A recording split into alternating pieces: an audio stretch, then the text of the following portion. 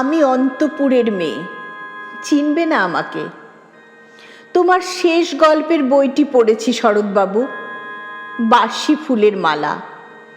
তোমার নায়িকা এলোকেশীর মরণদশা ধরেছিল ৩৫ বছর বয়সে।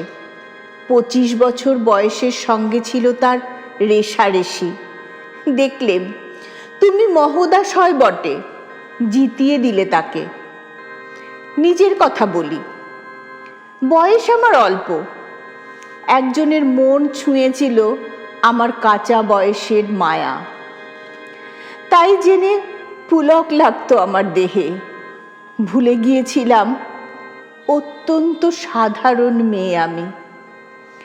আমার মতো এমন আছে হাজার হাজার মেয়ে, অল্প বয়সের মন্ত্র তাদের যৌবনে। তোমাকে দোহাই দিই, একটা সাধারণ মেয়ের গল্প লেখো তুমি। বড় দুঃখ তার স্বভাবের গভীরে অসাধারণ যদি কিছু তলিয়ে থাকে কোথাও, কেমন করে প্রমাণ করবে সে? এমন কজন মেলে যারা তা ধরতে পারে? কাঁচা বয়সের জাদু লাগে ওদের চোখে, মন যায় না সত্যের খোঁজে। আমরা বিকিয়ে যাই মরীচিকার দামে। কথাটা কেন উঠলো তা বলি। মনে করো তার নাম নরেশ। সে বলেছিল কেউ তার চোখে পড়েনি আমার মতো। এত বড় কথাটা বিশ্বাস করব যে সাহস হয় না, না করব যে এমন জোর কই। একদিন সে গেল বিলেতে। চিঠিপত্র পাই কখনো বা। মনে মনে ভাবি, রাম রাম, এত মেয়েও আছে সে দেশে, এত তাদের ঠেলাঠেলি ভিড়, আর তারা কি সবাই অসামান্য?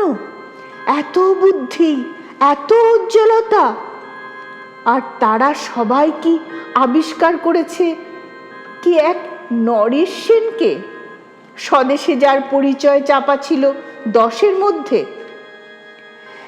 গেল মেলের চিঠিতে এসেছে লিজির সঙ্গে গিয়েছিলেন সমুদ্রে নাইতে। বাঙালি কবির কবিতা কলাইন দিয়েছে তুলে, সেই যেখানে উর্বশী উঠেছে সমুদ্র থেকে। তারপরে বালির পরে বসলো পাশাপাশি, সামনে দুলছে নীল সমুদ্রের ঢেউ, আকাশে ছড়ানো নির্মল সূর্যালোক। লিজি তাকে খুব আস্তে আস্তে বললে, এই সেদিন তুমি এসেছো, 2 দিন পরে যাবে চলে। ঝিনুকের 2টি খোলা, মাঝখানটুকু ভরা, ভরা থাক একটি নিরেট অশ্রুবিন্দু দিয়ে, দুর্লভ, মূল্যহীন। কথা বলবার কি অসামান্য ভঙ্গি। সেই সঙ্গে নরেশ লিখেছে, কথাগুলো যদি বানানো হয় দোষ কি, কিন্তু চমৎকার। হিরে বসানো সোনার ফুল কি সত্য? তবুও কি সত্য নয়? বুঝতেই পারছো, একটা তুলনার সংকেত ওর চিঠিতে অদৃশ্য কাঁটার মতো আমার বুকের কাছে বিধিয়ে দিয়ে জানায় আমি অত্যন্ত সাধারণ মেয়ে। মূল্যবানকে পুরো মূল্য চুকিয়ে দিই এমন ধন নেই আমার হাতে। ওগো, না হয় তাই হলো, না হয় ঋণী রইলেম চিরজীবন। পায়ে পড়ি তোমার, একটা গল্প লেখো তুমি শরৎবাবু, নিতান্ত সাধারণ মেয়ের গল্প, যে দুর্ভাগিনীকে দূরের থেকে পাল্লা দিতে হয় অন্তত 5-7 জন অসামান্যার সঙ্গে, অর্থাৎ সপ্তরথিনীর মার। বুঝে নিয়েছি আমার কপাল ভেঙেছে, হার হয়েছে আমার, কিন্তু তুমি যার কথা লিখবে তাকে জিতিয়ে দিও আমার হয়ে। পড়তে পড়তে বুক যেন ওঠে ফুলে, ফুল চন্দন পড়ুক তোমার কলমের মুখে। তাকে নাম দিও মালতী, ওই নামটা আমার।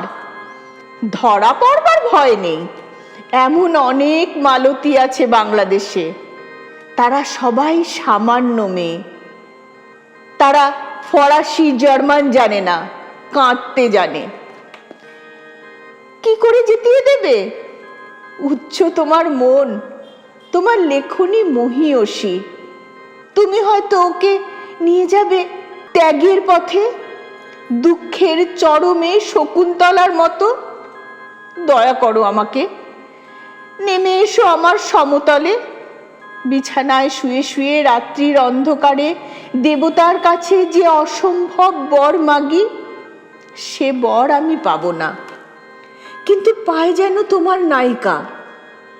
রাখো না, রাখো না কেন নরেশকে 7 বছর লন্ডনে, বারবার ফেল করুক তার পরীক্ষায়। আদরে থাক তার উপাসিকা মণ্ডলীতে। ইতিমধ্যে মালতী পাশ করুক MA, কলকাতা বিশ্ববিদ্যালয়ে গণিতে হোক প্রথম তোমার কলমের এক আঁচড়ে। কিন্তু ওইখানেই যদি থামো, তোমার সাহিত্য সম্রাট নামে পড়বে কলঙ্ক। আমার দশা যাই হোক, খাটো করো না তোমার কল্পনা। তুমি তো কৃপণ নও বিধাতার মতো। মেয়েটাকে দাও পাঠিয়ে ইউরোপে,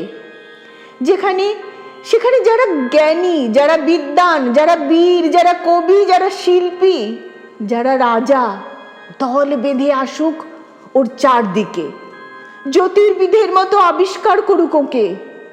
শুধু বিদুষী বলে নয়, নারী বলে। ওর মধ্যে যে বিশ্ববিজয়ী জাদু আছে, ধরা পড়ুক তার রহস্য। মূঢ়ের দেশে নয়, যে দেশে আছে সমজদার, আছে দরদি, আছে ইংরেজ, জার্মান, ফরাসি। মালতীর সম্মানের জন্য সভা ডাকা হোক না, বড় বড় নামজাদা সভা। মনে করা যাক সেখানে বর্ষণ হচ্ছে মুষলধারে চাটুবাক্য, মাঝখান দিয়ে সে চলেছে অবহেলায়, ঢেউয়ের ওপর দিয়ে যেন পালের নৌকা। ওর চোখ দেখে ওরা করছে কানাকানি। সবাই বলছে ভারতবর্ষের সজল মেঘ আর উজ্জ্বল রৌদ্র মিলেছে ওর মোহিনী দৃষ্টিতে। এখানে জনান্তিকে বলে রাখি, সৃষ্টিকর্তার প্রসাদ সত্যই আছে আমার চোখে। বলতে হলো নিজের মুখেই। এখনো কোনো ইউরোপীয় রসজ্ঞের সাক্ষাৎ ঘটেনি কপালে। নরেশ এসে দাঁড়াক সেই কোণে, আর তার সেই অসামান্য মেয়ের দল। আর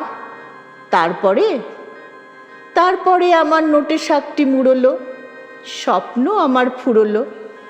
হায় রে সামান্য মেয়ে, হায় রে বিধাতার শক্তির অপব্যয়।